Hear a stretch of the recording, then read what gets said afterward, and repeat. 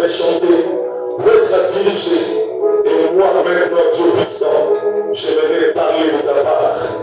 Et d'autres aussi joueront un autre rôle. Laisse que tout ce que nous accomplissons maintenant puisse être pour ta gloire avec foi et action de grâce. Ensemble, nous disons Amen. Amen. Merci. Nous sommes héritiers de Dieu. Dis-moi, nous sommes héritiers de Dieu. Dis encore plus fort, nous sommes héritiers de Dieu.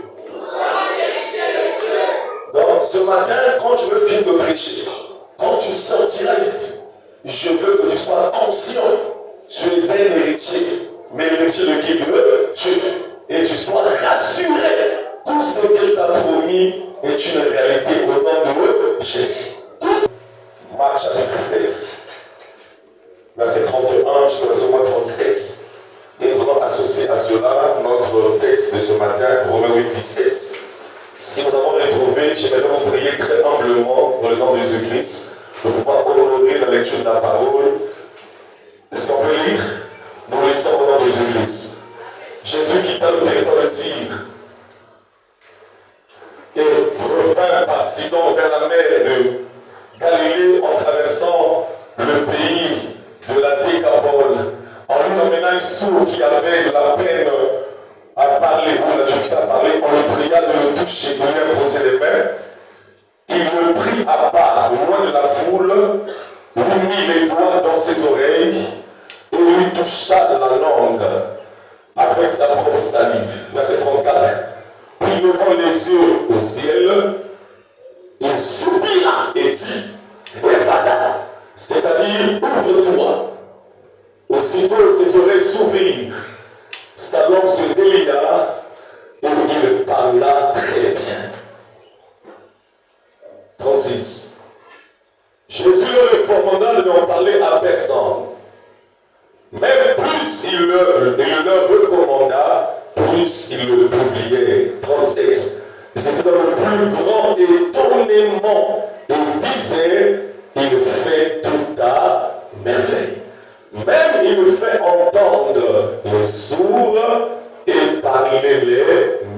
Que Dieu bénisse sa parole. Romains dit, si nous sommes enfants de Dieu, allons-y, nous sommes aussi héritiers. Continuons, héritiers de Dieu, oui, et co-héritiers de Christ. Si toutefois nous souffrons avec lui, afin d'être, comment? Glorifiés avec lui. Nous disons Amen, nous acclamons pour la parole. Dis avec moi plus fort, je suis héritier de Dieu. J'entends, je suis héritier de Dieu. Ce matin, je ne ferai pas un cours de pédagogie. Alors là, nous avons commencé et là, nous sommes arrivés. J'ai un but que je me suis fixé et je le crois bien en 30 minutes, je peux arriver à l'exprimer. Moi, je le plus certain. Je puisse être fier d'être enfant de Dieu. Elle m'a dit, fier d'être enfant de Dieu. Ça veut dire, je l'ai enlevé en mode propre. On t'a fait porter. Et quand tu es enfant de Dieu, c'est un échec. Je répète bien, être enfant de Dieu, c'est un privilège. Dis, être enfant de Dieu, c'est un privilège.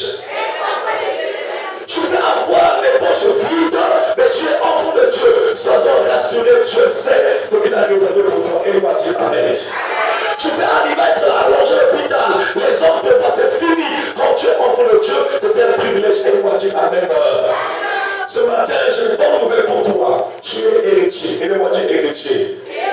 À la mort des parents de ces milliardaires, les enfants devaient arriver à hériter l'entreprise laissée par des parents. Question.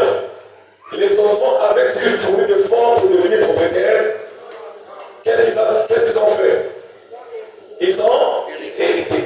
Le fait d'hériter, ça demandait qu'ils partent d'école. Ça demandait qu'ils puissent arriver à avoir des fortes moyennes. Ça demandait qu'ils puissent avoir des relations. Ça demandait qu'ils puissent avoir une lettre de recommandation. Tout ce qu'ils avaient besoin, c'est d'être conscient que c'est leur droit. Et étant conscient, ils devaient bénéficier de tout ce qui appartenait à leur père. Est-ce qu'on peut dire Amen?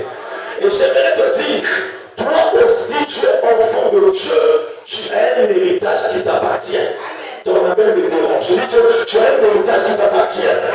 Et si tu es conscient de ça, Ça change ta mentalité au nom de Jésus. Adolescents, nous sommes dans un programme. On a commencé, ça fait près de 14 jours, mais nous sommes dans cette semaine de jeûne. Et je voudrais quand même encourager tout le monde pour ne pas dire que le jeûne est vain. Est-ce qu'on peut dire que le jeûne est utile? Et j'ai écouté l'apôtre Suleiman, c'est un grand apôtre nigérien. Un jour, il a dit ceci, il a fait un voyage, et après, quand il arrive à Singapour, c'est un pasteur qui le témoigne. Le pasteur le témoigne, il dit, si j'ai fait un voyage avec un monsieur, et le monsieur était pasteur, à côté de lui se trouvait un monsieur en première classe. Donc, ils vont à Singapour, ils ont quitté le Nigeria. Le voyage peut faire à peu près de 9h ou 10h. Ils peuvent faire l'escale quelque part où ils devaient arriver à dormir. Pendant qu'ils ont commencé le voyage, avant de faire l'escale, on partageait la nourriture dans l'avion. Pendant qu'on partageait, le pasteur a pris le repas. Il a mangé, il a remarqué, un monsieur de ses côtés ne mange pas. Après, ils ont fait l'escale, mais là, le matin, il fallait continuer le voyage pour aller vers Singapour. Ils rentrent dans l'avion, la semaine bien organisée, on partage encore la nourriture. Et le pasteur mange, il remarque le monsieur à côté.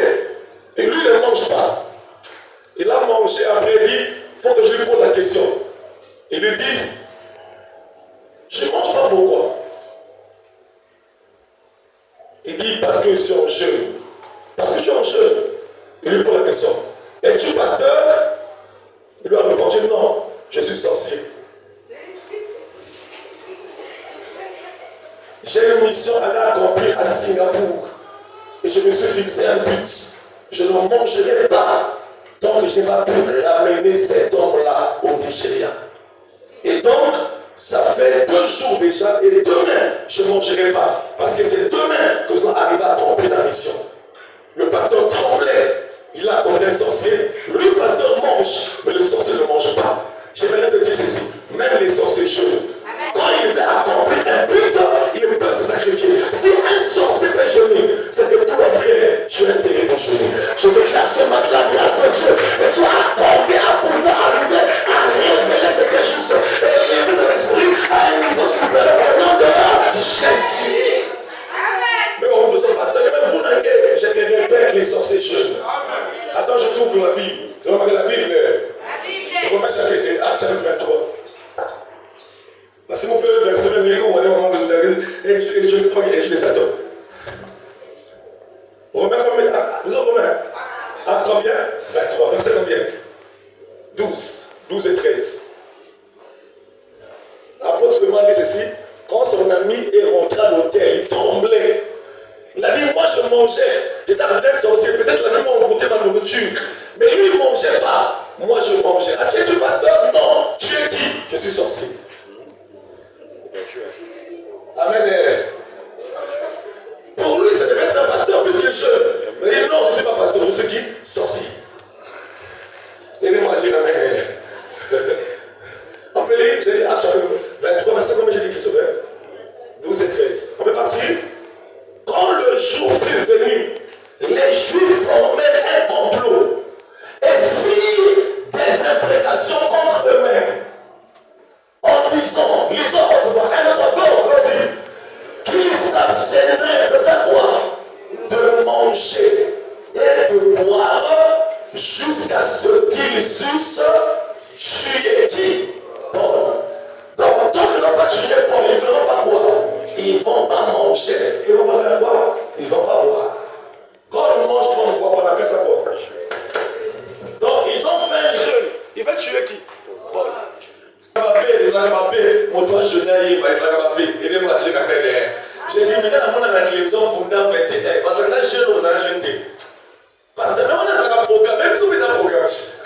Aidez-moi à dire après. Même si on a un programme, aidez-moi à dire après. Elle dit, il voulait me faire croire que quand on jeûne là, on ne peut pas. Elle dit, c'est comme ça, là, on doit fermer les églises. Mais quand j'écoute Alpha 40 qu'ils font là, c'est là, c'est des programmes de jeûne. Donc, ceux qui chantent là, ils chantent du au premier jusqu'au 40e jour. Au contraire, il y a une capacité à